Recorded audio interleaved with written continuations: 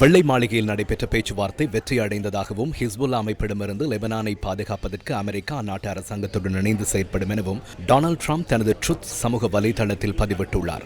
எதிர்காலத்தில் இஸ்ரேல் பிரதமர் Benjamin நெத்தன்யாகுவையும் Lebanon ஜனாதிபதி ஜோசப் அவுனையும் வெள்ளை மாளிகைக்கு வரவேற்க தயாராக இருப்பதாகவும் ஜனாதிபதி டிரம்ப் தெரிவித்தார். அமெரிக்காவின் தலையீட்டுடன் 1993 ஆண்டின் பின்னர் முதல் தடவையாக இஸ்ரேல் மற்றும் லெபனான் நாடுகளுக்கிடையே கடந்த ஏப்ரல் 14 ராஜதந்திர பேச்சுவார்த்தைகள் நடைபெற்றன.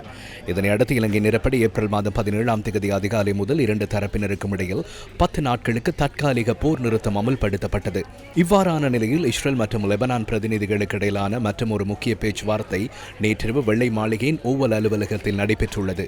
அமெரிக்க ஜனாதிபதி டொனால்டு டிரம்ப், துணை ஜனாதிபதி ஜே.டி. வான்ஸ் மற்றும் ராஜாங்க செயலாளர் மார்க்கோ ரூபியோ ஆகியோர் இந்த பேச்சுவார்த்தையில் பங்கேற்றனர். அமெரிக்காவுக்கான லெபனான் தூதுவர் நாட்டா ஹாம்டே மெவாட், அமெரிக்காவுக்கான இஸ்ரேல் தூதுவர் எக்கில் லிட்டர், லெபனானுக்கான அமெரிக்க தூதுவர் மிஷேல் ஈசா மற்றும் இஸ்ரேலுக்கான அமெரிக்க தூதுவர் மைக் ஹக்கபி ஆகியோர் இந்த பேச்சுவார்த்தையில் பங்கேற்றனர். கடந்த பிப்ரவரி மாதம் 28 அமெரிக்காவும் இஸ்ரேலும் ஈரான் மீது தாக்குதல் நடத்தியதுடன் ஈரானின் முன்னாள் சிரேஷ்ட ஆன்மீக தலைவர் ஆயத்துல்லா அலி காமேனி கொல்லப்பட்டிருந்தார். இதனை அடுத்து இஸ்ரேலுக்கு எதிராக போரை முன்னெடுக்க உள்ளதாக லெபனானின் ஹிஸ்புல்லா அமைப்பு அறிவித்தது.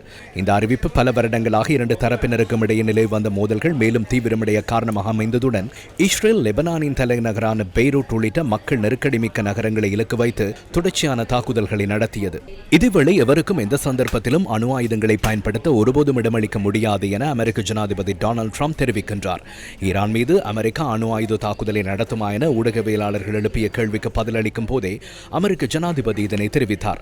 சாதாரண ஆயுதங்களை கொண்டே அமெரிக்கா ஈரானை ஏற்கனவே முழுமையாக அளித்துள்ள நிலையில் அணு ஆயுதங்களை ஏன் பயன்படுத்த வேண்டும் என அமெரிக்க ஜனாதிபதி கேள்வி எழுப்பியுள்ளார். ஈரானிடையே ஈரானிய மக்கள் யார், தமது தலைவர் யார் என்பதை கூட அறியாமல் இருப்பதாக அமெரிக்க ஜனாதிபதி தெரிவித்த கருத்துக்கு ஈரான் பதிலளித்துள்ளது.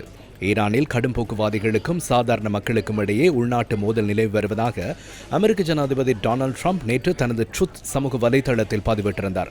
எவ்வாறாயினும் அமெரிக்க ஜனாதிபதியின் இந்த கருத்துக்கு ஈரான் ஜனாதிபதி மசூத் பெஸிக்கியன் மற்றும் பாராளுமன்ற சபாநாயகர் முகமது கலீஃபாஃப் ஆகியோர் இணைந்து கூட்டு அறிக்கை ஒன்றை வெளியிட்டுள்ளனர். தாம் அனைவரும் வேறுபாடுகளுக்கு அப்பாற்பட்ட ஈரானியர்கள் என அந்த அறிக்கையில் தெரிவிக்கப்பட்டுள்ளது. அனைத்து ஈரானிய மக்களையும் புரட்சியாளர்கள் என வர்ணித்துள்ள அந்த அறிக்கையில் ஈரான் ஜனாதிபதியும் சபாநாயகரும் மக்களும் அரசாங்கமும் பிரிக்க முடியாத ஒற்றுமையுடன் சிரேஷ்ட ஆன்மீக தலைவருக்கு கீழ்ப்படிந்து செயல்படுவதாக கூறியுள்ளனர். ஈரான் மக்கள் அனைவரும் இதற்கு முன்னர் இருந்ததை விடவும் தற்போது மிகவும் ஒற்றுமையாக இருப்பதாக ஈரான் வெளியுறவு அமைச்சர் அப்பாஸ் அரக்சி தனது எக்ஸ் தளத்தில் பதிவிட்டுள்ளார். ஹோமோஸ் நீரிணையூடாக பயணிக்கும் கப்பல்களிடம் சேகரிக்கப்பட்ட கட்டணங்களை ஈரான் தனது மத்திய வங்கியில் வைப்பு செய்துள்ளது. ஈரானிய புரட்சிகர பாதுகாப்பு படைக்கு நெருக்கமான பாஸ் செய்தி நிறுவனம் அந்நாட்டின் மத்திய வங்கி மேற்கோள் காட்டி இந்த தகவலை உறுதிப்படுத்தியுள்ளது. ஈரான் பிரதி சபாநாயகர் இமித்ரேசா ஹாஜி ஏனைய நாடுகளின் கப்பல்களிடமிருந்து ஈரான் கட்டணம் அறவிடுவதாக ஏற்கனவே உறுதிப்படுத்தியிருந்தார். இன்னும் ஒரு கப்பலிடமிருந்து எவ்வளவு தொகை அறவிடப்படுகிறது அல்லது இதுவரை மத்திய வங்கியில் எவ்வளவு பணம் வைப்பு செய்யப்பட்டுள்ளது உள்ளிட்ட உத்தியோகபூர்வ தகவல்கள் இதுவரை வெளியிடப்படவில்லை. இதனிடையே ஈரானுக்கு எதிராக மீண்டும் ராணுவ நடவடிக்கைகளை தீவிரப்படுத்த தமது படைகள் தயாராக இருப்பதாக இஸ்ரேலிய பாதுகாப்பு அமைச்சர் இஸ்ரேல் காட்ஸ் தெரிவிக்கின்றார். இதற்கான அமெரிக்காவின் அனுமதி எதிர்பார்த்துள்ளதாகவும் அவர் கூறினார். அனுமதி கிடைத்தவுடன் காமேனியின் தலைமுறையை முழுமையாக அளிக்கவும் ஈரானின் முக்கிய எரிசக்தி நிலையங்களை தகர்க்கவும் தீர்மானித்துள்ளதாக அவர் கூறினார். தமது தாக்குதல் ஈரானை இருண்ட யுகத்திற்கும் கற்காலத்திற்கும் தள்ளும் என இஸ்ரேல் பாதுகாப்பு அமைச்சர் எச்சரித்துள்ளார். தாக்குதல் நடத்தப்பட உள்ள ஈரானின் இலக்குகள் ஏற்கனவே அடையாளம் காணப்பட்டு விட்டுள்ளதாகவும் இஸ்ரேலிய படைகள் தயார் நிலையில் இருப்பதாகவும் அவர் கூறியுள்ளார். பிராந்தியத்தில் போர் நிறுத்தம் நீடிக்கப்பட்டுள்ள நிலையிலேயே இஸ்ரேலிய பாதுகாப்பு அமைச்சரின் இவ்வாறான கருத்துக்கள் வெளியாகியுள்ளன. இதற்கு முன்னர் அமெரிக்க ஜனாதிபதி டொனால்டு டிரம்பும் ஈரானை கற்காலத்துக்கு அனுப்ப உள்ளதாக அறிவித்திருந்தார். இதனிடையே ஈரானுக்கு எதிரான போரை முடிவுக்கு கொண்டு வருவது தொடர்பில் தனக்கு எவ்வித வெளிப்புற அழுத்தங்களும் விடுக்கப்படவில்லை என அமெரிக்க ஜனாதிபதி டொனால்டு டிரம்ப் தெரிவிக்கின்றார். ஹோமோஸ் நீரிணையின் முழுமையான கட்டுப்பாடு தற்போது அமெரிக்காவிடம் இருப்பதாகவும் ஈரான் இணக்கப்பாட்டை ஏற்படுத்திக் கொள்ளும் வரை ஹோமோஸ் நீரிணை திறக்கப்படாது எனவும் போர் நிறுத்த காலத்தில் ஈரான் ஹோமோஸ் நீரிணையூடாக எரிபொருளை விற்பனை செய்து அதன் மூலம் மில்லியன் கணக்கான டாலர்களை லாபமாக ஈட்டுவதற்கு அனுமதிக்கப் போவதில்லை எனவும் அமெரிக்க ஜனாதிபதி கூறினார். அமெரிக்காவுடன் இணக்கப்பாட்டை ஏற்படுத்திக் கொள்வதற்கு ஈரான் மறுப்பு தெரிவித்தால் ராணுவ ரீதியாக இந்த பிரச்சினைக்கு முற்றுப்புள்ளி வைக்கப்படும் என அமெரிக்க ஜனாதிபதி எச்சரித்தார். அமெரிக்காவில் எரிபொருள் விலை மேலும் அதிகரிக்குமா என ஊடகவியலாளர்கள் எழுப்பிய கேள்விக்கு பதிலளிக்க மறுத்த அமெரிக்க ஜனாதிபதி அணு ஆயுதங்களற்ற ஈரானை உருவாக்குவதற்காக அதிக எரிபொருள் விலையை தியாகமாக ஏற்றுக்கொள்ள வேண்டியிருக்கும் என சுட்டிக்காட்டினார்.